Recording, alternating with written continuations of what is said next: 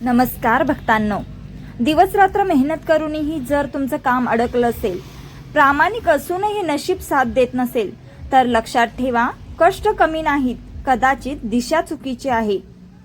महाशिवरात्र येण्यापूर्वी हा एक गुप्त शिव उपाय केला तर मनोकामना चुकीच्या मार्गाने नाही तर योग्य मार्गाने पूर्ण व्हायला लागते.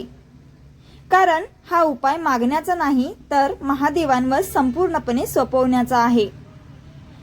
भक्तांनो, आपण सगळे देवाला म्हणतो माझं हे काम झालं पाहिजे, पण महादेव आपल्याला एक प्रश्न विचारतात, हे झाल्यावर खरंच तुझं मन शांत होईल का?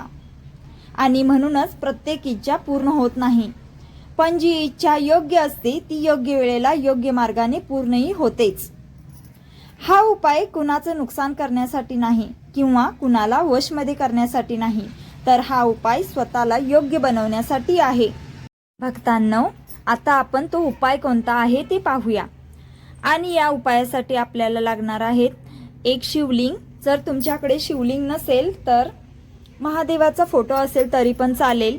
त्यानंतर 5 बेलपत्र घ्या, एक दिवा, थोडं पाणी, आणि एका वाटीमध्ये 2 चमचे दूध घ्यायचं आहे. आणि हा उपाय करताना तुम्ही देवघरापाशी बसूनच करायचा आहे. तर बेलपत्र हे महादेवांना सर्वात प्रिय असते. महाशिवरात्री पूर्वीचे 5 दिवस रोज सकाळी किंवा रात्री हा उपाय करा. पूजेच्या आधी आंघोळ करून स्वच्छ कपडे घाला. देवासमोर शांत बसा. समोर पाट मांडून पाटावर शिवलिंग ठेवा. समोर तांब्यात पाणी ठेवा. त्या पाण्यात 1 चमचा दूध मिसळा. त्यानंतर फुले, बेलपत्र, अगरबत्ती, दिवा अशा सर्व वस्तू घ्या. त्यानंतर डोळे बंद करून 11 वेळा ओम नमः शिवाय असा मनात जप करा. जप करून झाल्यानंतर मनात स्पष्टपणे एकच इच्छा बोला आणि पुढे असे म्हणा, हे महादेवा, माझी ही इच्छा जर योग्य आणि इतरांना हानिकारक करणारी नसेल तर मला योग्य मार्गाने ती पूर्ण करण्याची शक्ती द्या. त्यानंतर त्या तांब्यातील पाणी हळूहळू शिवलिंगावर ओता. मनात ओम नमः शिवाय असा जप करा. त्यानंतर उरलेले पाणी घराबाहेर झाडाला ओता. आता हात जोडून म्हणा, महादेवा, माझी इच्छा मी तुम्हाला सांगितली आहे, त्याचा परिणाम तुमच्यावर सोडत आहे, मला योग्य दिशा दाखवा.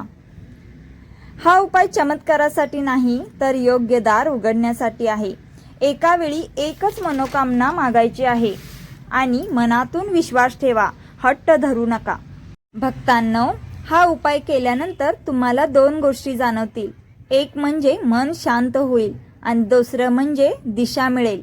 आणि जेव्हा योग्य दिशा मिळते तेव्हा मनोकामना आपोआप पूर्ण होतात. जर तुम्ही हा उपाय मनापासून करणार असाल तर कमेंटमध्ये फक्त लिहा ओम नमः शिवाय. महादेव तुमच्या सोबत कायम आहेत. ओम नमः शिवाय.